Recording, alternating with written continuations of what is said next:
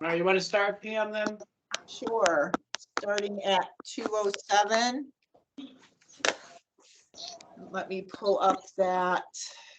Can we do it? Can we go around and introduce ourselves? Because we have new people here. So this is Peter Mason. I am the retiree who's overseeing the ARPA initiative. Yeah. Whoa. I'm Mary Pat DiCarlo, Vice President of Adult Services at the Kennedy Collective.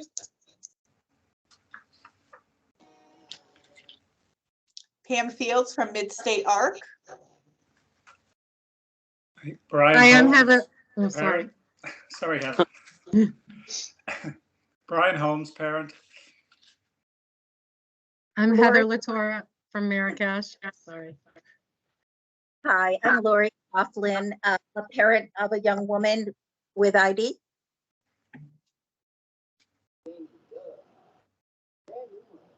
Becca Brockway, McDowell Communications Group. Ken, do you want to go? No, sorry, you can say it. Ken Giannotti from Marrakesh. Cool. Okay, Peter. And I'm Peter Engelbrecht, Residential Director at Mark Inc. of Manchester. Thank you. Is that everybody? Yeah, so here are the meeting minutes. Whoa.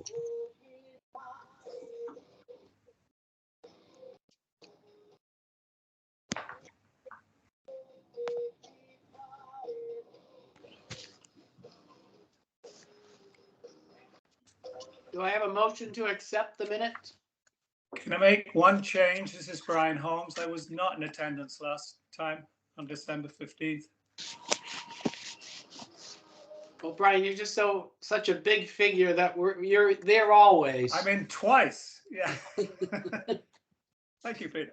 I did watch them though. They're very interesting. It was a great meeting you had. A lot of stuff covered. So that's good. I'll second. All those in favor? Aye. Okay, with that change, we will accept those minutes. I'm going to remind everybody that this is a public meeting, and as such, before you start talking, make sure you introduce yourself so that those who are listening online or will be listening in the video know who we are. So I will start saying that I'm Peter Mason because I forgot to say that already. So with that, I think we go to Heather to start. Yes. Hi, I'm Heather from Marrakesh, and we were asked to make a presentation about our CLAs that are actually apartment settings. And instead of a PowerPoint, and much better than a PowerPoint, I brought, Pam approved this, but I brought Ken Giannotti, who actually lived at one of our apartment CLA programs all the way in the 80s, a long time ago in the 80s. And we got to, and Kenny came through our person-centered practices training when Marrakesh was trained in that. So he was a trainer as well. And we've done a podcast together, and he really is an expert in person-centered, and he taught Marrakesh what person-centered means. So, Yes. and because he lived in the setting we're talking about today, I thought he was a good addition to the presentation, and he knows we only got a few minutes for our presentation. So we're going to start with, we had Ridgeview Apartments in about 1984, 85. And what we did was, instead of taking one group home license and bringing 6 people to live in one home, we noticed that we were meeting people who maybe eventually wouldn't need group home living and would do a lot better if they had their own apartments without people, staff actually in their apartment 24/7. And I met Kenny in 1987, and we were just talking yesterday. I've been at Marrakesh since 1986, and Kenny came in 1987. And we knew Kenny would not live in a group home. He basically said that. He does not want group home living. He came from a residential school. And but definitely starting out with some support with people around to help seemed like a great option. And Kenny said, and my own apartment too. So he was able to grab the apartment on his own, and the staff would work between the 3 apartments. So and he started with his posters, Kenny, right? Oh, yes. He definitely had to decorate his room, and that was our first controversy because there were, women with maybe not fully, clothed from head to toe, and that was our first controversy. Like, hey, this is the first time we're dealing with this. We're supporting someone that, has choices and decorated his room, and we got to make sure our staff know about person-centered choices and what that means for them and how we're going to be working with Kenny. So he started off with a bang, person-centeredness, and it never stopped since. And Kenny, we'll start with Stop and Shop. He's been employed for 36 years at 35 Stop and years. Shop, right? 35 years at Stop and Shop. So while he was at Marrakesh, he got a job there. And I received a phone call from his job coach saying, Kenny's not getting in the van. We can't bring him home. And we're like, okay, Kenny, why won't you get in the van? So he made us go down there to check it out. He showed us that the van that came to pick him up went beep, beep, beep, beep, with the big lights on it to So pick him up. annoying. And he said, none of my friends here get picked up in a van like that. And I refuse to. Do you know what I look like going into a van like that? So, that started our travel training program. I want to take the bus like everybody else, which wasn't, again, in 1987, something that was going on in those days. And but really what made this, what made Kenny so successful, or what was he was able to tell us what he wanted or not. And one day the overnight came to do her shift, and because he was in his own apartment, that was where the overnight person was stationed. So I got a call from the overnight shift saying, Kenny won't let me in the apartment. He said I should be home with my husband and not with him because he doesn't need me. So that was another call to Dan McCary in those days and saying, okay, what do we do now? We won't do fire drills, we won't do this. And we learned that pretty quickly that Kenny should move out on his own, in his own, and not be regulated and not have to have someone in his apartment, for the overnights if he didn't want it. So Kenny, because this was a very short, we only had a little bit of time to present this. So it's a CLA, licensed CLA 3 apartments. But so you left Ridgeview Apartments for your own apartment, right? Yep. And since met your wife. And how long have you? 1999. Yeah, so how many years have you been married? Going on 23 years in October. 23 years married. How many years at Stop and Shop? 35 for me now. For her, 35 it's gonna be years. 23. And lives in his own apartment with his wife. And we still support him with IHS hours, but he chooses. If I just sent someone down to work with you, would you let him in? Nope. No, he If has they got to money, choose. yeah. If he brought money, but and he controls the people that work with him. And if someone doesn't work with him, someone went to remote supports with him during COVID, and he called me up nicely and said, no, I don't want this person working with me anymore. And he never came back. So Kenny controls his life, and he lives a great life. Oh, yes. On his own, but this transitional living really worked for him because he had to be assessed, and we had to make sure he was going to be okay. There actually, he survived many different challenges in his life, and always came out on top, and always lives the life he wants to live. And what's great is he could tell us if he's not. He could tell us when he needs more help or not. That's never. only certain people. No, that's right. He has a very select group of people that that could go and support him. So we, since that time, in 1999, we also opened. So at that, we got rid of those apartments. We were only renting them, and we purchased 3 apartments in Orange Crest in West Haven, and moved a group home license to those 3 apartments. So we have a very similar setting right now. Again, there was someone that wanted to live on his own, so he was in his own apartment, and then 2 apartments of 2 people.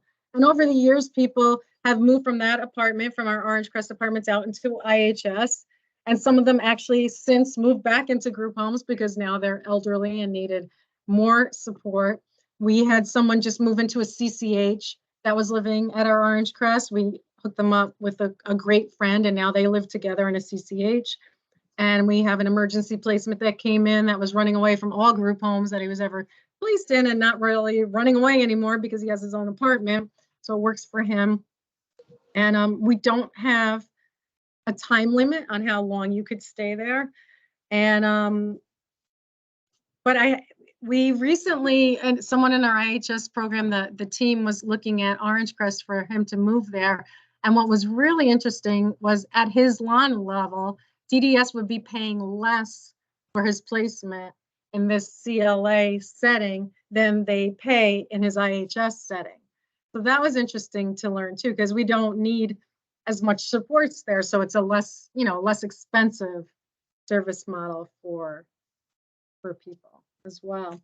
So while Kenny's here, Kenny knows he's not staying the whole time, but if anyone had any questions for him or me about that model, we're here. So Heather, were you saying that in both of the models you had, the one that Kenny originally lived in and the one you're operating now, it's 3 apartments?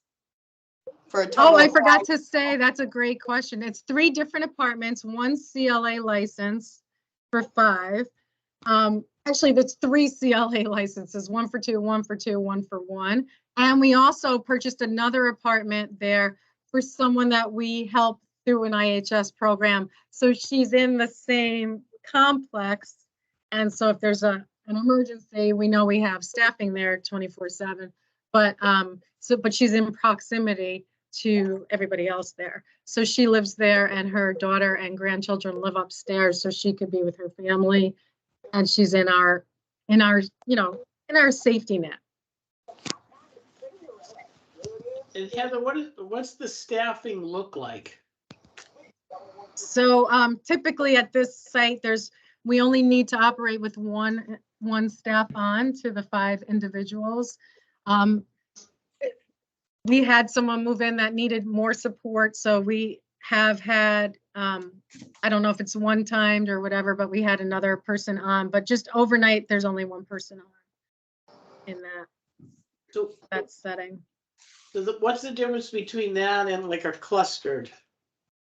See, it's pretty similar. So we'll go back to the differences and the problems. Number 1, the families, they don't need rent subsidy to live there because it's DSS rates and that kind of stuff. So that's probably the biggest difference, that their room and board is covered, and they don't need to go into our food stamp system and our, they just have the means to, because it's a group home license, so they have the DSS rate into it, so they don't need rent subsidy or low income housing supplements, where when you move out, you do lose that part.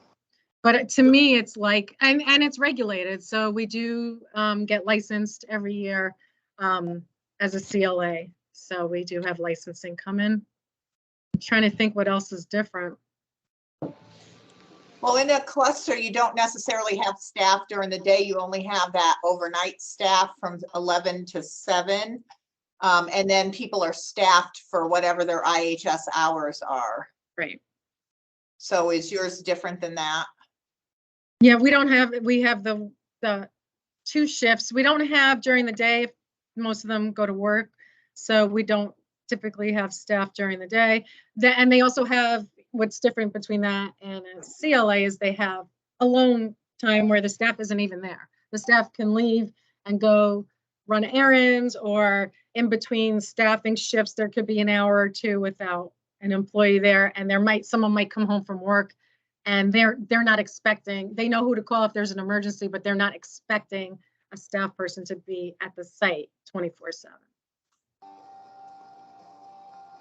So Ken, is he still there? Yeah, I'm so here. you moved into one of those apartments Like initially? years ago, a long time ago, I did. Yeah, you did? Did I like it? No. But he didn't like a group home more. We talked about this yesterday. He said he would run away if it was a group home. This he could stomach because he had his own apartment most of the time. So Ken, why didn't you like that apartment setting? Believe me, you don't want to know. Well, we could talk Because about it's like, fire I went to a drills. residential school. My friend was the chief of the fire department. And when I went to Ridgeview, they're telling me, oh, you got to go out for a fire drill. I'm going to say, I don't have to do nothing. And then it's So like, Dan then goes McCary home. helped us with that. We have in our CLAs, you have to do fire drills once a month. And Ken pointed out pretty quickly that he's not standing outside with everyone else. No one else in the building does that. I know what to do, which he did. And so we called Dan from Quality Assurance and said, how do we get around that? And we actually, Kenny probably helped us with the first waiver of fire drills in the state for a CLA, because he definitely shouldn't have gone backwards. We weren't going to move him to a group home because he refused to be outside for a fire drill. He just was, it was his choice. And he didn't like the way it looked. So that was one of the main problems at first. Like, we're not going to be able to get our license because we have someone that's refusing to evacuate. So. But did you? No, we didn't lose our license. We got the, I tell he you? taught us how to be creative with DDS, and we got a waiver for you. And every quarter you just reviewed with us what you needed to do in case of a fire. And there actually was a fire there, not in any of our apartments, but Kenny was the first one out, and he knew. Correct. He even helped people. Like, he was really the focal point of the And fire who was still drill. in the house? You. My cat. Thank God Yes. she didn't die. Yeah, you saved your cat too. That's right. So, No, she's the one who scratched down the door and says, get your butt up. so Ken, when you were in those apartments and then you went to another apartment, did you need any help in that new apartment? Nope. Not really. So the people that Kenny chooses to help him, he has specific things that he would like help with, and that's what they give him. If I could just say something, because I've known Kenny for many years, and now I'm really thinking about it. I think I was still at Marrakesh when Kenny came, right? I think so. Yeah. So one thing about Kenny is that he's very particular about his staff, but he has also grown and learned to depend on natural supports. So for many years, Kenny and I went to the same church, and he knew who he could depend on if he needed help, or if he wanted to talk, or he needed a ride somewhere. He knew who to talk to. So he and his wife were both very good about depending on natural supports. Fantastic. Thank you. Wonderful. So Heather, in this day and age, do you think DSS would agree to that being a CLA at this point? They'd probably like it better if we switched it over to cluster apartments. But again, you have to get people used to it, and people have to succeed. And sometimes not everybody does. Sometimes people go back to a group home. And so it is that transition. But in those days, we didn't know, there wasn't such a thing as Right. IHS. Right. We just thought that people with disabilities coming out of residential schools and Southbury and parents' homes, we thought they needed us 24/7. And Kenny taught us differently pretty quickly. Mhm.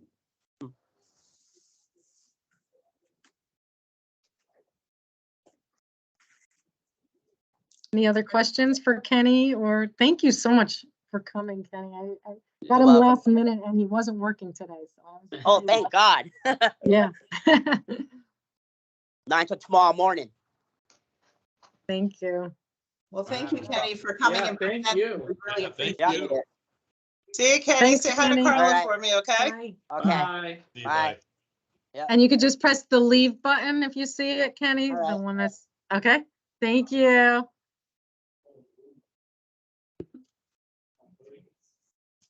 All right, thank you, Heather. Does anybody else have any more questions for Heather?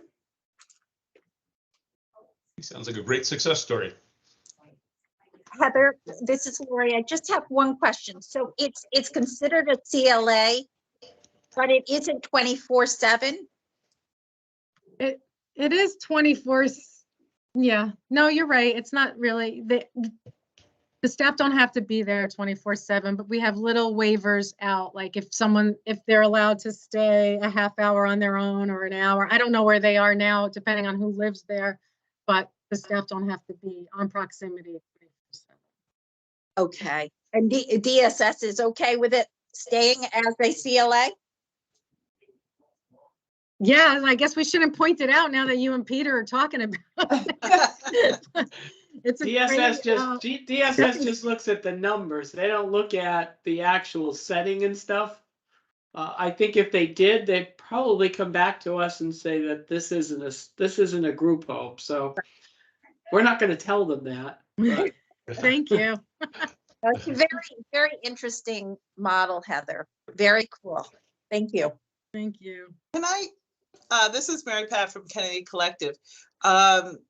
When I was at IPP, we had the same situation in Middletown. And for multiple reasons, that ended, but would DDS, now, I mean, you say would DSS pay for it, but would DDS go for licensing a program like that where there's 3 or 4 apartments and not everybody's, line of sight, or we know where everybody is at all times? And would the department go for that, or would it be a no, gotta go cluster? I don't think it would be licensed, right, Peter? yeah, I think it would work, or we would look at the percentage of people in a location. Much like we're looking at our supported housing on how many typical people live in that area. How many people with disabilities. We don't want to set up little communities of people with disabilities either. We're trying to avoid that. But we would definitely support people being in apartments having different levels of support. That I think that's kind of what we're trying to get to. This is Peter Mason. I don't think that, well, when these were set up, there was no, as Heather said, there was no IHS, there was no cluster. And so there was no other option than to do it that way. Right. Now there is. And so I think it would be a hard sell that this would be something other than, a clustered type of setting. We'd have to figure out what would make that unique at this point, that it would be a CLA versus IHS with cluster supports. Well, we handle emergency, like we had a young man who was living at a different agency and then one of our group homes, and he kept running away and getting into trouble, and he hated living in group homes, and now he's there and he's in so it's a CLA. So little does he know he's being, someone's there. He does know that, but so he's comfortable enough that he could get to someone if he needs help, but he's also comfortable that he has his own apartment and that there's not a staff person on top of him all the time. And so it does serve its purpose even for emergency referrals. And he was in a hospital for a long time, and then another agency, and then another group home, and there was no good place for him. And maybe one day, he'll be able to move on his own, but right now he's not, because he keeps going back to the hospital. But eventually, I think he'll be able to live in his own place. But yeah, this is Peter Mason. I think if it's for individuals who have more significant supports that would need that, I think that would be looked at a whole lot differently than, this is just a typical CLA with whatever. I think there would have to be something that's unique about it. Because at this point, when those were set up, it wasn't just, the waiver was there, but no one really knew a whole lot about it. You'd also have to try to figure out why this would be considered a CLA versus an IHS from CMS's point of view. And, how does that fit? And I would, we're not gonna go out and say, Heather, your place isn't, but I think if it got to that point, there could be some questions on the CMS line going, why are we paying for a CLA? This should be an IHS. So, that's another dimension that wasn't there back in '86. Even though we were getting reimbursed through it, most providers didn't really know much about the waiver, Right. didn't think about it, and so. But that is another piece to it. So I think you'd have DSS first, CMS would be second, then DDS would be sitting there going, if it looks like a duck and walks like a duck, it actually is probably a duck. This is Mary Pat again. A question for Brian and Lori. As parents, would you be more interested in a facility that you knew was licensed versus one that was unlicensed? As a parent, I would want unlicensed. I think license puts too many regulations and things that staff have to end up being staff and take care of, instead of the freedom of not being licensed and having my daughter live as independently as possible, and going from the part of they're there to support her and to work for her. Just that, as a parent, that's my point of view. Okay. I don't This know is if Lori feels. Brian Holmes, the parent. I thank you, Tammy. You put into words what I was thinking exactly, much more succinctly than I could. But I agree with Tammy on that. Okay. This is Heather,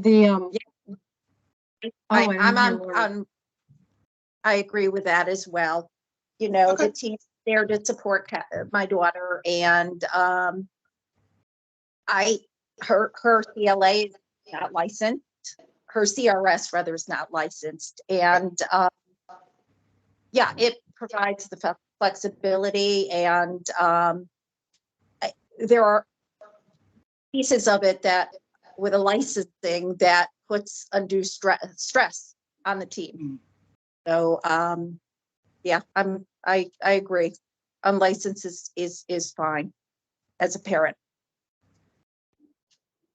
Yeah, I And mean, this is again, I'm Heather. just asking because for so many times you hear parents say, I've heard parents say, but it's not a group home, it's not licensed. Who's keeping an eye on everything? So that's just why I was asking the question. Sorry. And this is Heather, and Ken's idea was not to be licensed. He didn't like living in a licensed facility at all. So This is Brian. I think my daughter will be the same. She wants to be independent, and much like Ken, and I don't think she wants someone looking over her shoulder the whole time, but she does need some support. So I think non-licensed, the way you're doing it, Heather, is good, even though it is licensed. Where Kenny lives now is not. It's not, yeah. Yeah, where he lives now.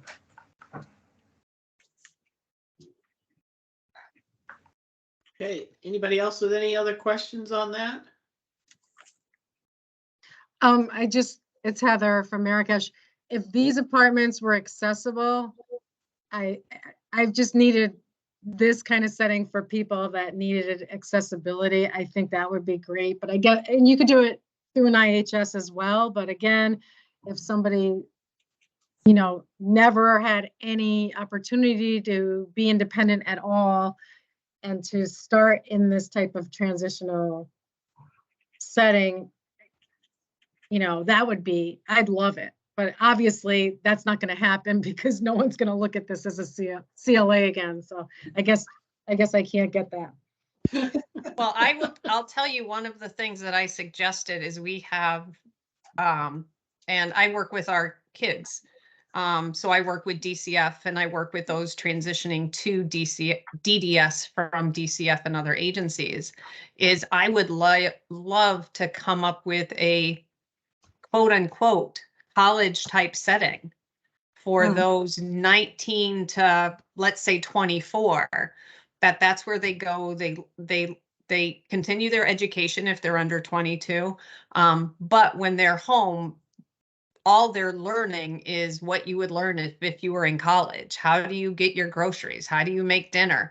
And they graduate through the program. So they can be placed into their own apartment prior to 26, but at the age of not 26, but just an age. I'm like, this is all made up in my head. So anything is flexible. But at a certain time, it's okay, you didn't graduate, but you have to leave because we're bringing other people through. And I would really love to do that in partnership with DCF and other family members who would be interested. One, for planning. How helpful would that be to planning? And one, stop the flow from DCF to our group homes, because that's what they're saying. They go from DCF to group home. And even when people go to CCHs, and I love our CCHs, and we would not be able to make it without our CCHs, but wouldn't it be great for some people to leave foster parents and go live in their own apartment? Like, wouldn't that be a great thing? So I think, Heather, the program that you're describing is something that if we look as a big picture would really benefit a lot of people if we could set up these types of placements, knowing people had to graduate through and move on through. But we would have to do that with other state agencies. We would have to do that with LEAs. We would have to do that with knowing that this isn't a forever place. Now, Tammy, have you visited Lesley University up in Massachusetts? Because they have a program just like that. I have not. Yeah, we did a presentation up there and they've been running it for years, but they have a 2-year college program for people with IDD. This is Mary Pat. The other two programs we have it here in Connecticut is Chapel Haven is exactly like you're talking about. You know, it is that program where they come in, whether it's towards the end of high school or once they've graduated from high school. And, you know, most people that are accepted to Chapel Haven, or at least the way it used to be when I was there, you had to have the potential of graduating within 3 years. So you lived in a dorm like these apartments. It was kind of like a dorm, but every apartment you had anywhere from 3 to 5 people in an apartment, their own kitchen, everybody shared chores, they did grocery shopping, they learned all their life skills. And then many of them moved out right into the Westville community. Vista is the same way as far as I know. So again, do we look at duplicating those programs more, looking at what they do and what can we do for that transitional group? You know, you're talking that those high school, the age outs, those high school grads, give them a couple of years of skill building and then move them on. Well, this is Tammy from DDS. I think with those programs, a couple of issues have come in is they don't accept higher lawns. So they only accept those who are basically as in very independent anyway. They teach them skills. Absolutely. I'm not faulting their program, but also people end up living. I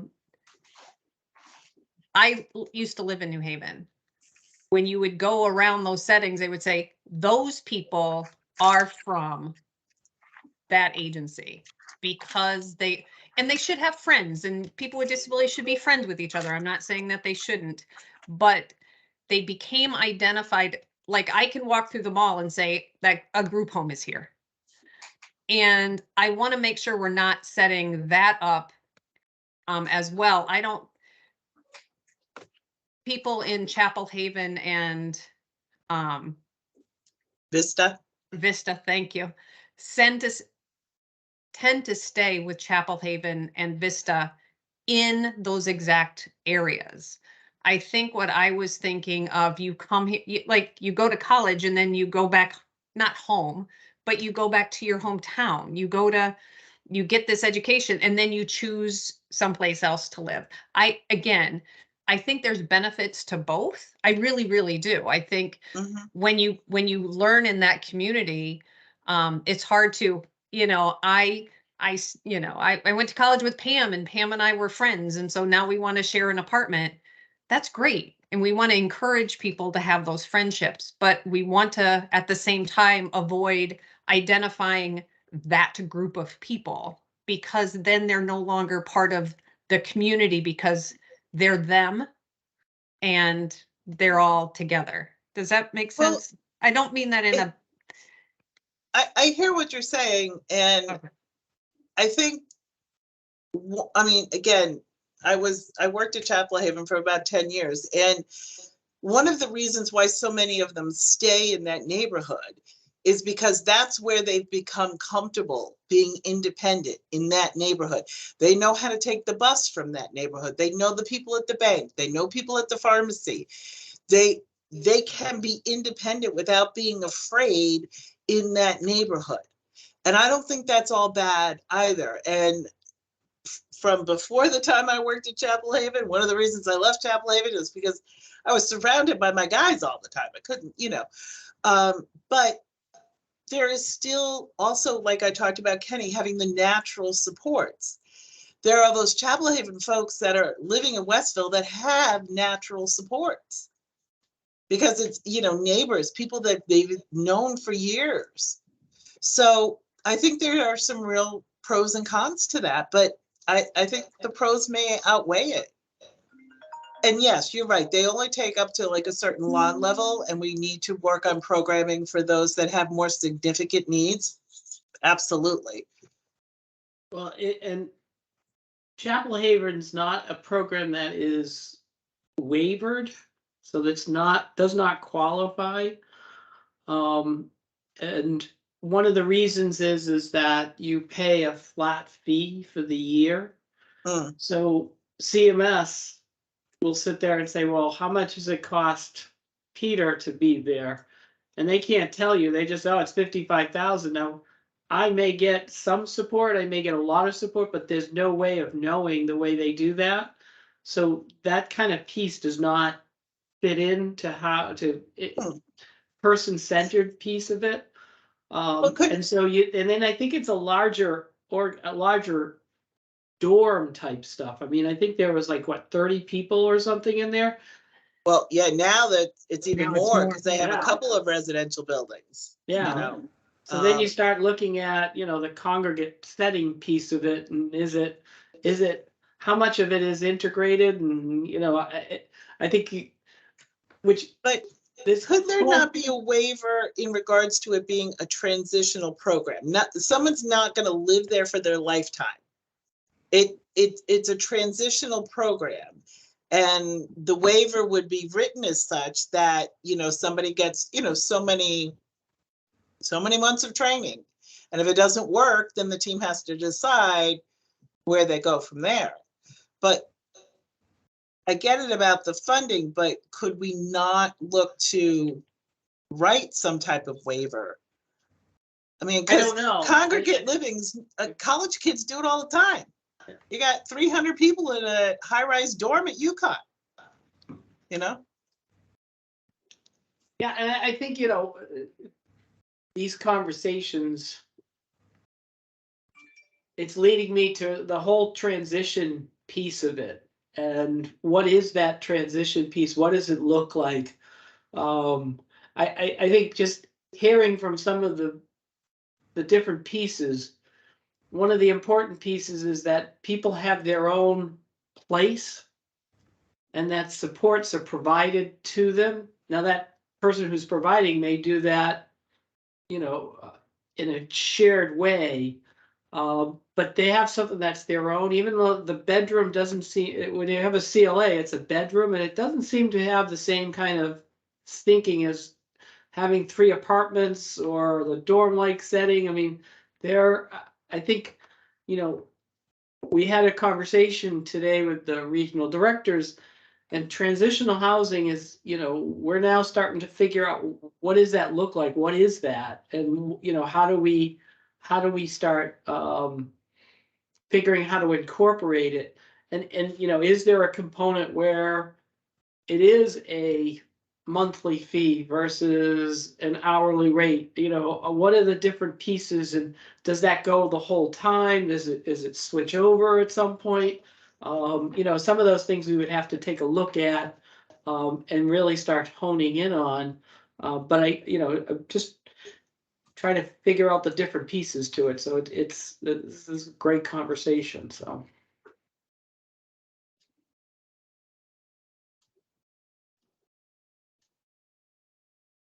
Anybody else have any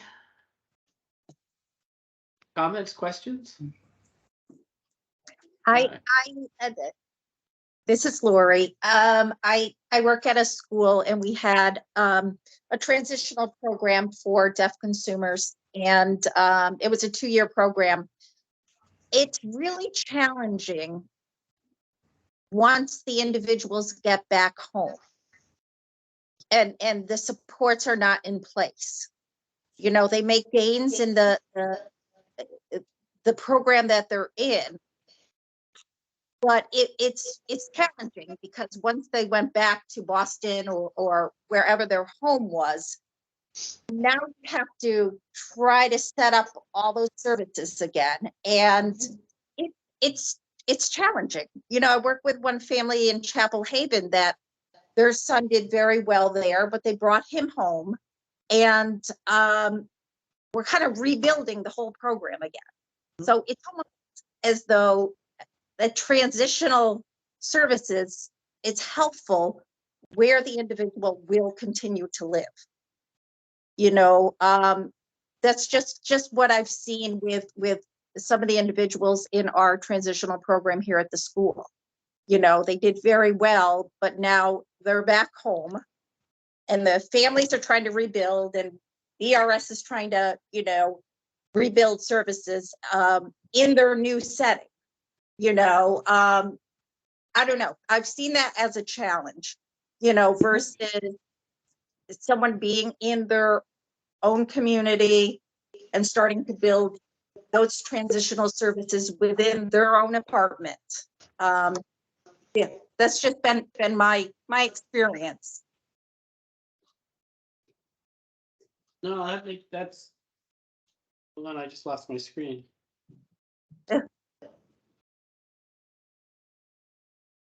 Yes. Well, that's a good point. What are they transitioning to? Is it go there for 2 years and then go back home and then they lose their skills? That does, if they make it into these programs, then DDS needs to have the commitment that there's funding there for them to go to their own apartment. Is the next place, exactly. Yeah. Sometimes you don't have that funding in place. Since they've lived independently in their school setting, somewhat independently, and now they're back in their community, but they don't have DDS funds, so they're back in their family home. And this is Tammy from DDS. I think we also have to make sure if they're going back to a different community that good transition planning takes place. So just because they know the bus system around Chapel Haven, we know they know how to learn a bus system. So making people more comfortable again in a new environment and being able to teach those skills even before they leave. Making sure that they're, well, what area do you want to be in? Let's take you around that area. Let's show you where things are.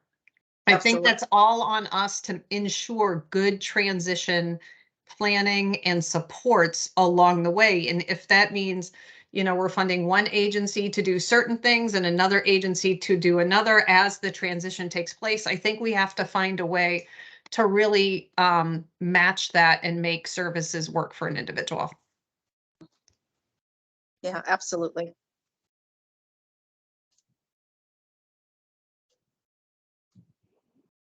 Okay, so we will move on to our next agenda.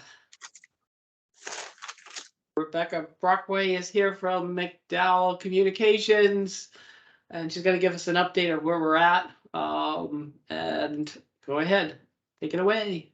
Thank you, Peter. Hi, Rebecca Brockway, McDowell Communications Group. Here to talk about a survey that we created to gauge the knowledge and interest in transformation for individuals served by DDS. The survey is done in both Spanish and English, and it's at the post office today, so probably will hit mailboxes hopefully Saturday or Monday. A little over 9,100 surveys were sent. Within the survey, there's a cover letter from the commissioner explaining that DDS would like to know how individuals feel about the moving on plan to assist people. This survey itself consists of 15 questions. 4 of those questions are about the individual, but it does not ask for the name. The survey also has a little note that if family or support member is completing the survey for someone, to please answer on behalf of the individual served by DDS. There's a link in the cover letter that has the link for an online survey if someone would prefer to answer the question that way. Otherwise, it explains there's an inserted envelope with postage paid to hopefully mail these back by January 30th is the timeline. To follow up on that, a postcard will be sent out in a little over a week, reminding people about the survey and to get those back in with the January 30th date. The letter and survey has been or will be sent out to case managers so that they are aware of that this is happening and if there's any questions. And it would be also helpful for everyone who to possibly talk to their networks to let residents and families know that this is happening and to encourage these to be filled out and also to let people know that it is a legitimate survey, that it really is DDS, that it's not junk mail, that it's not some, random trying to garner information, that it's legit. And to let people know that it would be very beneficial for DDS to hear the results, to get the results back of the survey. So that's the big thing right now. Hold on, Peter, you had a question? Yeah, just a quick question. Peter from Mark Incorporated. Was this a targeted survey and who did it go to? Yes, this was targeted to individuals who live in a congregate setting or work in a congregate setting. Got it. Yes. This is Mary Pat. Will those surveys that are in the mail be going to those individuals' residents or to their guardians or to whom? I think we put it to the primary responsible person because we got into this whole thing. This is Peter Mason, by the way. We got to this whole thing as to we had to notify the guardians to allow them to fill out the survey. If they weren't their own legal guardians, then it got into how we were going to do that. And it got very complicated. So the best way we could do it this round was to go to the primary responsible person. So if the person's their own legal guardian, they would get it. If they're not, it would go to whoever their primary responsible guardian is. And the hope is that they would then do that survey with the individual. Could I make a recommendation? This is Mary Pat again. We're hearing this, Heather and I as providers and Pam, but is there something going out to the rest of the providers so that when guardians call and say, hey, what is this? Or the individuals are getting it in the mail saying, I don't know, that they can have the same heads up that you're giving us? I think it would be helpful to you guys. Yeah, Becca, maybe we can draft something up. We can send it out through our Everbridge system to all the providers, just so that they know that. Hi, this is Becca Brockway. I think that makes total sense. Yes, I'm putting a note now. Like an email blast. Yeah. Yeah. And would it make sense to send a copy of the survey as well? Yes. Yep. I would say yes, because then if there's specific questions, you can see both the cover letter, the survey, both. Right.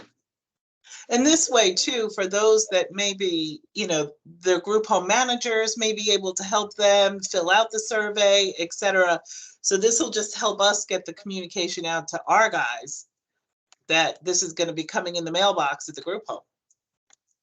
Hopefully those executive directors share it with their staff, right? Yeah, you send it to the non-executive directors, you know? Yeah, if you do the alert, it'll get to all the right people, I think. That sounds great.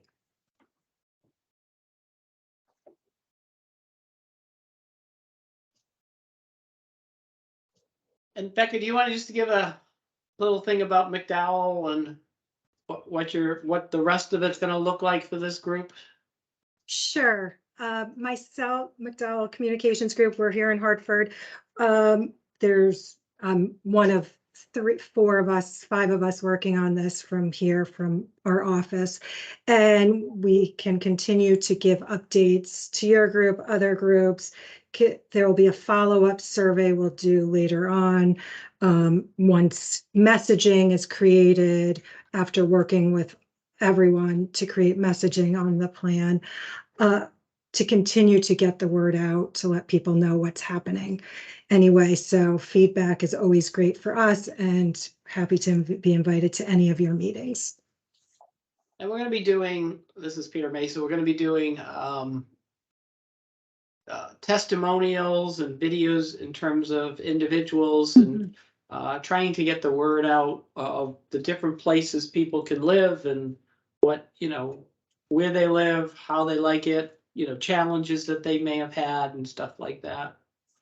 Yes, we're working on roughly 7 videos in February through February on that. So those will be coming out as well. Great. Does anybody have any questions for Becca?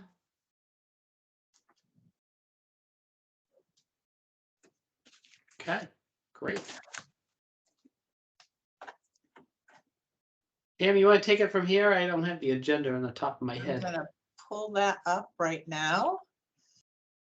So the next thing on the agenda is to look at the lists and where we're going from here with those issues. I think we were going to turn them into frequently asked questions. I think that's where we left off last time. Yes, and this is Peter Mason, and I went on vacation for 2 weeks, so nothing has happened, but we're working on it. Okay. Okay, so the next thing on the agenda is the I think it's transformation plan implementation. I put transition plan, so I apologize for that. So maybe we can do a little update on where we are with that. Yeah, this is Peter Mason. So where we're at, we put out a survey to providers who would be interested in working in what we call the first phase of the transition. The first phase is those agencies that are ready now and want to start now. The second phase, after Deloitte goes through their analysis and reviewing our state, other states, doing the forums, and collecting data, they're going to make recommendations as to any changes or modifications that need to be made. That's going to be somewhere in the month of March. So that those that want to get a head start, we asked them to submit in the survey whether they were interested and whether they were definitely going to do it or whether they were thinking about it. We had a total of 22 agencies to date that have submitted that survey.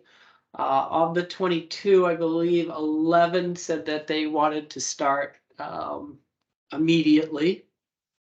So what we've done at this point is we've presented the transition plan guide to those agencies. We've also done a transition template for those agencies. Next week, we're looking at training DDS staff. Each region will have a review team. So those review teams are going to be trained next week. And what we'll be looking at is Deloitte will be starting to contact those agencies. So the 11 that are that want to start now, they'll call them and see what kind of assistance or support that they can give them. For the 11 agencies that are unsure, they'll be contacting them to see what are the issues they have that is preventing them from saying they want to do this. Is there anything that we can do on our end to help assist that? And I'll stop there because I see Heather has a question. Heather. Hi, it's Heather from Marrakesh. I was just, when you're talking about 22 submissions, are those all for residential or is that total day and res? Day and res.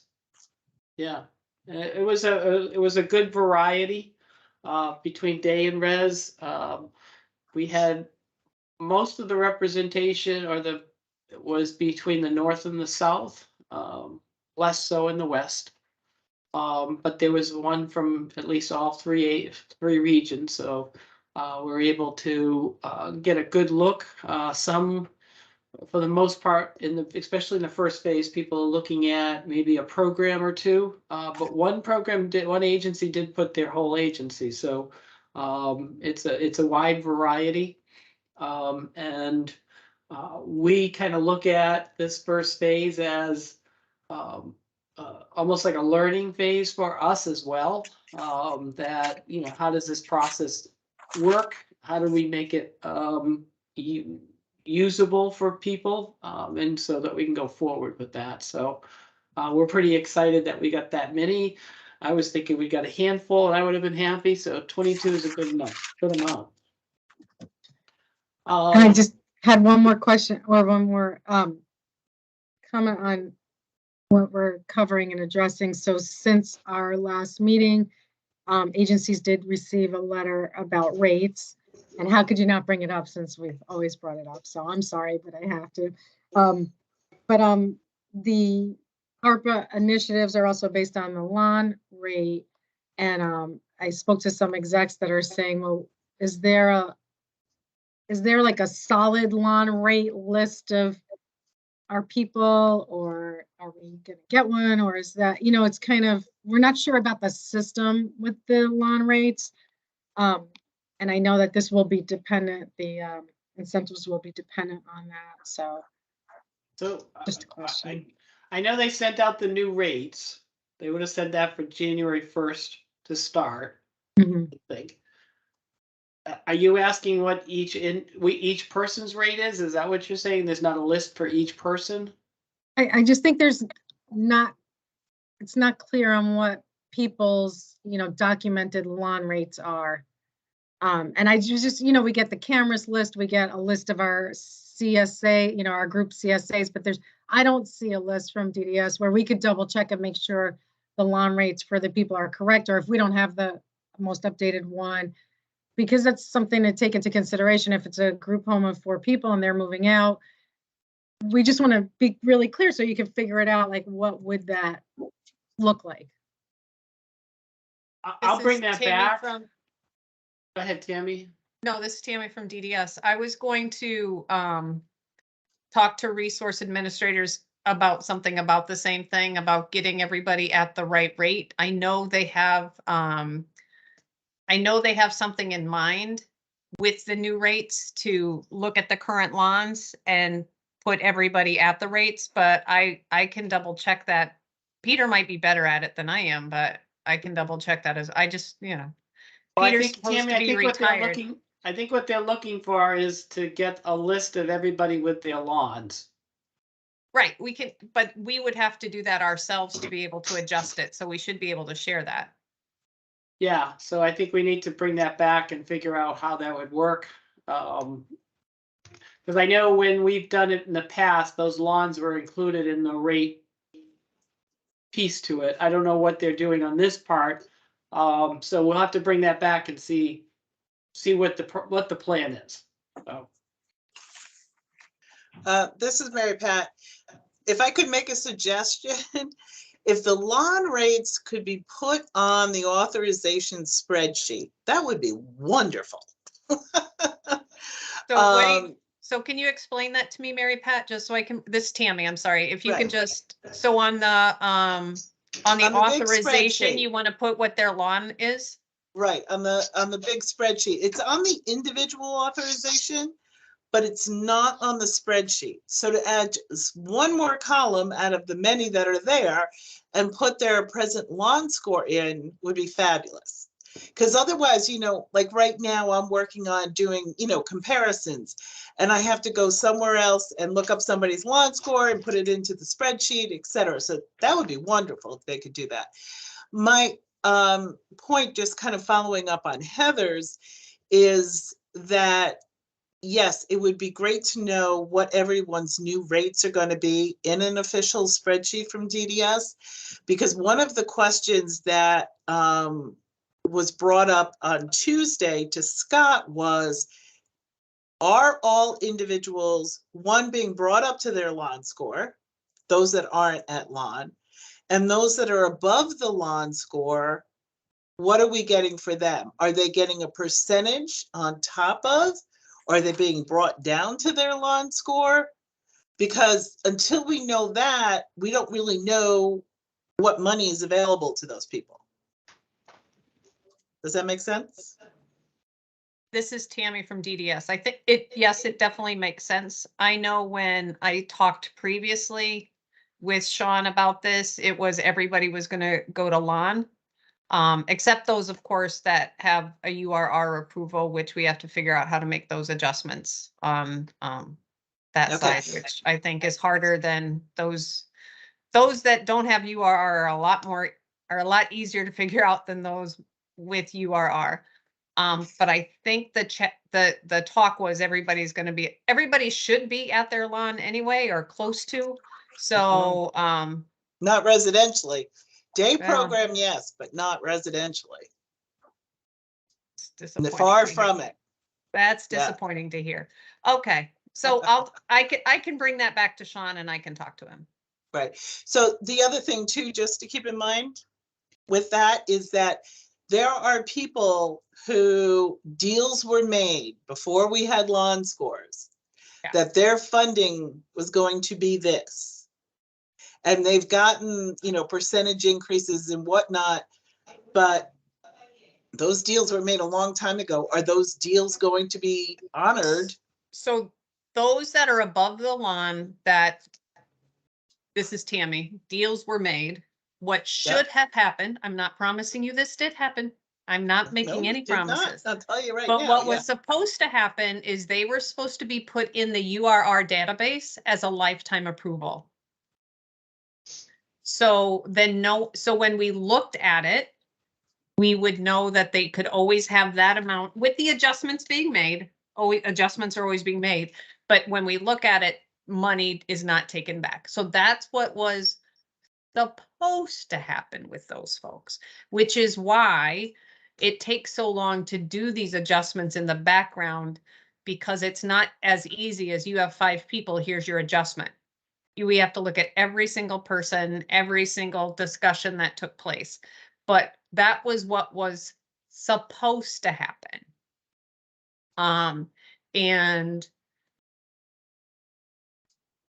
But I know it's not that easy. Because I also do Pratt and URR stuff. If you're finding that that isn't true, honest, contact me. We can get it done through the URR process, through a lifetime approval. I can work with the Pratt managers and I can do it myself. But that was supposed to be done when we did adjustments a couple of years ago. And when we, came up with residential rates and all that other stuff. So that was supposed to happen. If you have discovered, if you don't think someone was in URR for a lifetime approval, check it out. And if you need my help to get it there, you guys all know how to contact me. Right. So we can reach out to resource management and get a list of our lifetime approval people. You can ask me to get that for you, and I can Alrighty, send I that will right be over. in touch. Thank So you. what I will, let me I just gave myself a huge to-do list and I didn't take one note. So, to do.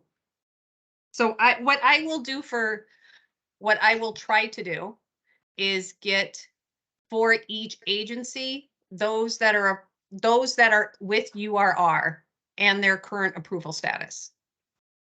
That way you'll have a list of everybody. Make And then sense? we'll know who doesn't have the approval status and go Right. for it. Yes. Is got that it. good? Yeah. Okay, URR list. Excellent. And then for Sean, I am going to ask about how are we doing adjustments? Up and down, right? Yeah.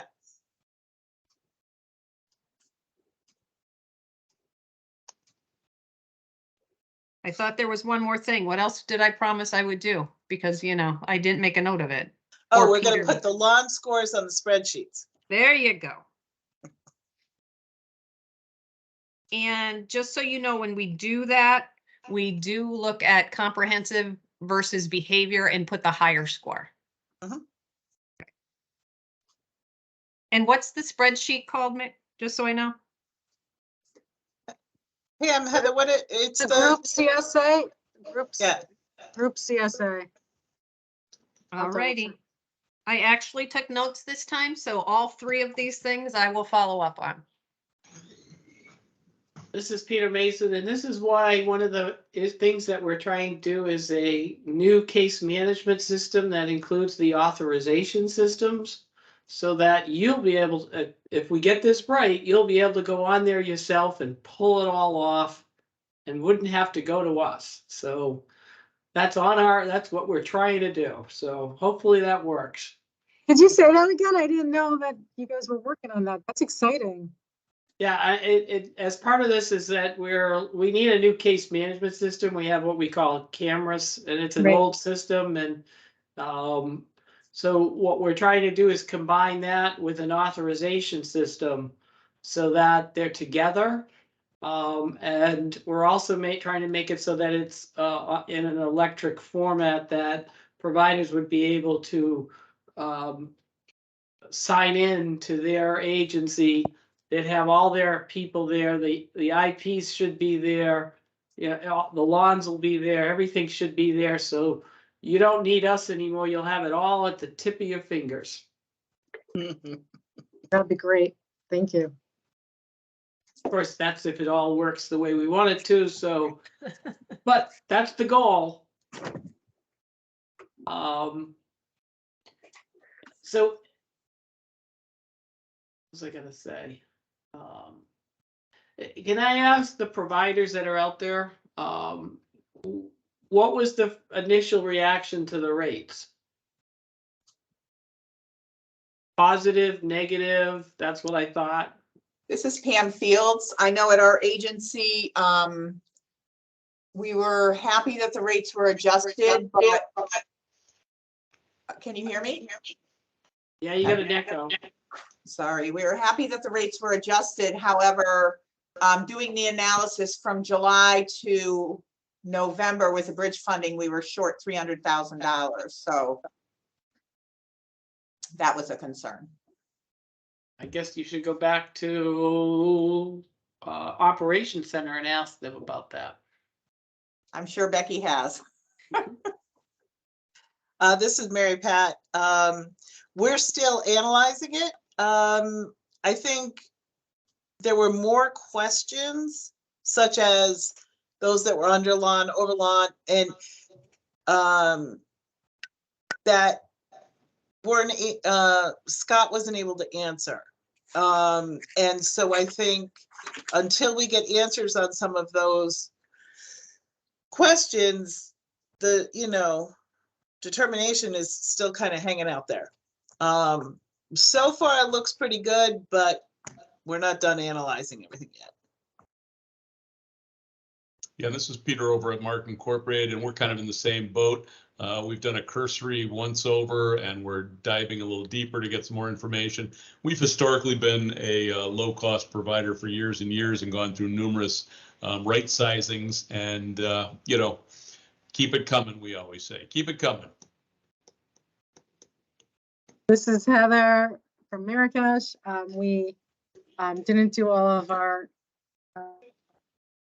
tabulations. I did hear from some organizations that day seems to be more in line than residential, and I cannot have a heart attack today, so I'm not looking today. I hope that would be very discouraging for me if it doesn't work out, because ARPA money's leaving, and we still have a lot to pay for. So Yeah. Okay. I really think that those people that are over their lawn residentially, if they're brought down to lawn rate, it's going to be a real problem. Because we already have budgeted on, those amounts. And now it's mid-year and that could change. It may not, it may be for the better, it'll change for the better, but it may not. If it doesn't, go that way, it could be an issue. Well, Tammy will bring that back and we'll figure out that piece to it. Great. Okay, so 15 minutes, maybe I can get through all this. So we have started working on the rent subsidy changes. We're looking at a number of different changes to the policy. And some of that includes, we were looking at one point, it was 45% of somebody's income. We're trying to lower that down to 30%. We're looking at a variety of different pieces so that it would be able to offset some of the issues that we've seen. So more to come, but I know we're working on that on this end feverishly to make sure that we have something that will be able to, people will be able to use and be able to access. So, so stay tuned. We're working on that.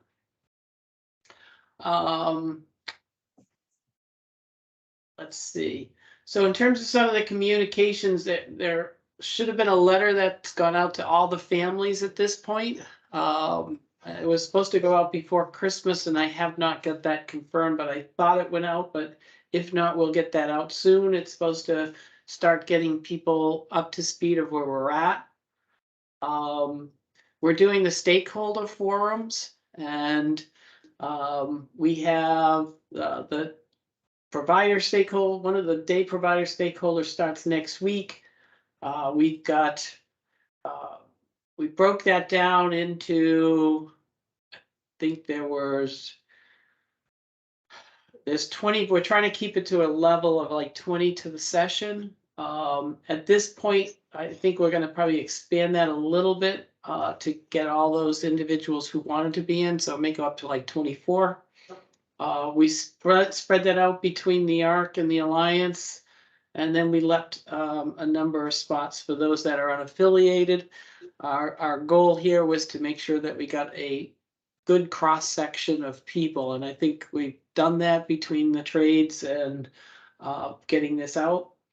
Deloitte's been working on the different formats to it, and it looks like what we'll be doing is having breakout sessions so that people can go back and work in those sessions and come back. We're trying to make sure that we come up with some products. DDS is not going to be involved in this, so we wanted to make sure that people were confident that they could speak without hearing without us being there, so that they can, if they have negative things to say, which I don't know why they would, but if they did, they would be able to say that. We are still seeking participants for families and individuals. We have one of the forums is going to be with our self-advocates. So that should be coming up, I think, in a couple of weeks. We're also trying to set up opportunities for people who speak Spanish. So one of the family forums that we're setting up will be for Spanish speaking individuals.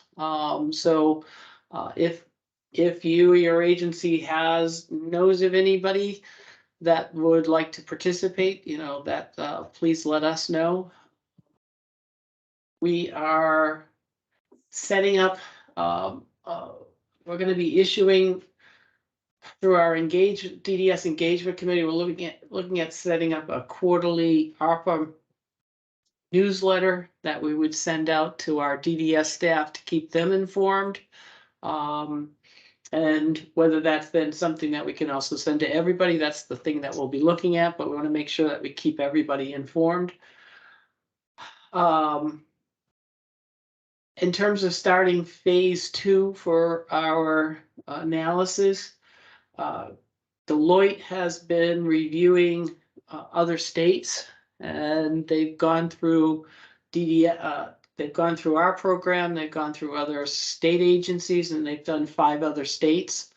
When they started their analysis, they looked at a number of agencies in other states, some that were progressive, some that weren't. And what they found is that Connecticut, as we've been told often, is that we're one of the leaders in the country, and they've kind of backed that up. So when we looked at states, we were trying to look at maybe not their whole system, but certain pieces to it. So we have 5 states that were chosen, and they were chosen based on the different initiatives that they were doing. So one of them was Maine. There was Maine, Pennsylvania, Arkansas, Missouri, and Delaware.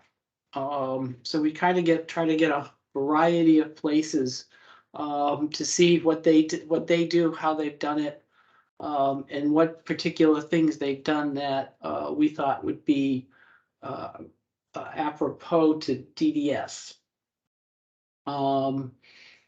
That's the states have been analyzed for the most part. There's a couple more things that they're trying to finish, so we should be starting to see some of those results come out at the sometime in the end of this month. And some of the other initiatives that's been going on. We have another round of grants for assistive technology that should be posted as of today or tomorrow. So that will be for individuals and for providers. So look for that. In the past, when we've done this, we've had a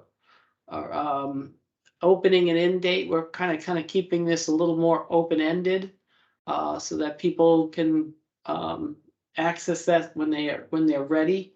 We may have to close that before the end of the fiscal year, and then we'll start it up again for the next fiscal year, but we're not too sure, so we'll be looking at doing that. We've purchased assistive technology equipment for the DDS respite centers. The idea is that as people come into the respite centers, that they'll start getting acclimated to assistive technology. So we've done that. We have a project called AT and Me.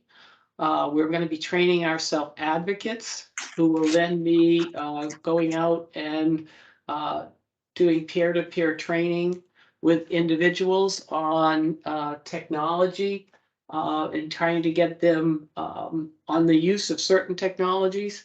And if the individual successfully completes that, there'll be a bag that they get that has, I believe it's a tablet and other assistive technology pieces for them. There should be something that's gone out or will be going out for training providers, staff, and DDS staff on a AT certification program. We're trying, as you can see, that's a real big push for us. So there should be something that goes out that we would reimburse for that. Our rewarding work contract, which is for the self-hired staff, that was signed in December, so they're starting to work on the employment networking for people who are trying to match individuals who self-hire with staff. We're working on a notice of opportunity to expand supportive housing for non-project based settings. So right now, everything has been these large complexes, and we have to wait 2 years to do that. We're trying to see if we can establish supportive housing within an existing apartment complex. That would be quicker to get up and running. So we're trying to work through that. And let's see, our critical incident reporting that we do with a program called Pulse Light has been signed, and so they're going to be working through that. That will better be able to provide us more data with critical incidents and matching that with individuals who go in the hospital through their Medicaid claims. And we talked about the case management system. So that's some of the stuff we're doing. Lots of stuff going on. Lots happening. Yeah. Does anybody have any questions in terms of that? Great. That's good. I have no more papers left to take minutes. Just kidding. All right. I do have 12 pages, so. That's good. Anybody have other concerns or topics that we should be looking into?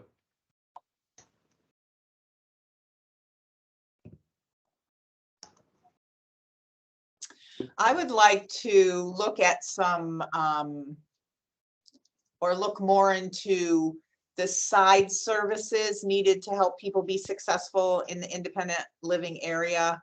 So more connections to the community and the resources and what's out there and how they access them and how they start to really get those community resources. A lot of times when you try to connect with them, the resources in the community feel we're already there for them. So they don't want to give their resources to somebody who's in our care.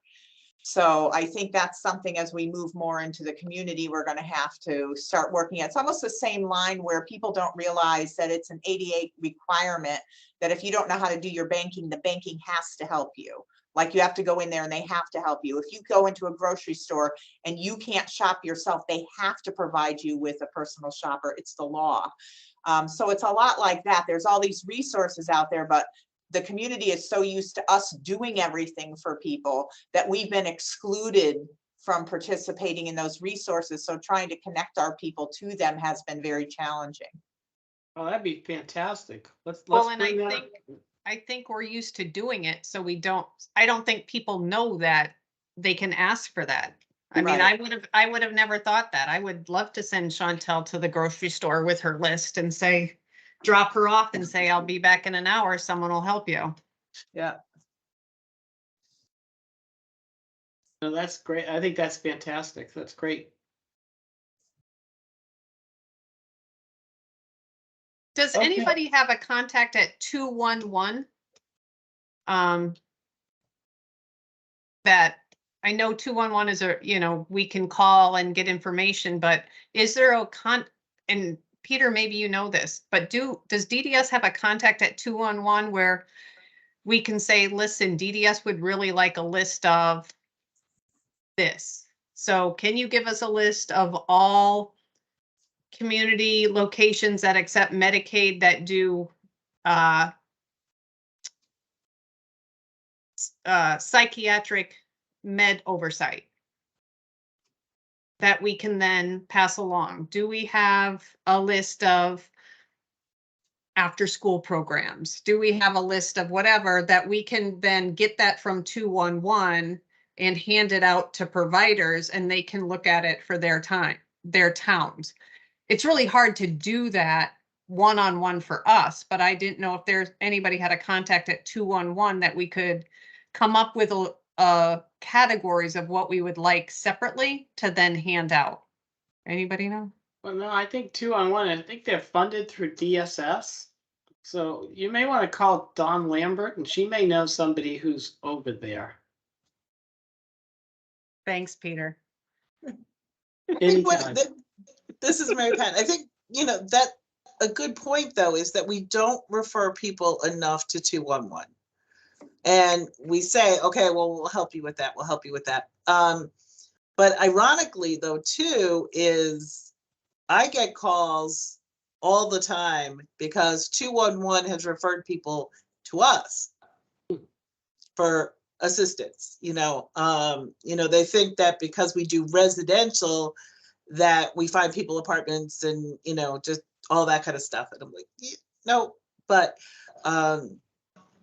yeah, I've never really thought about, telling people check with 211.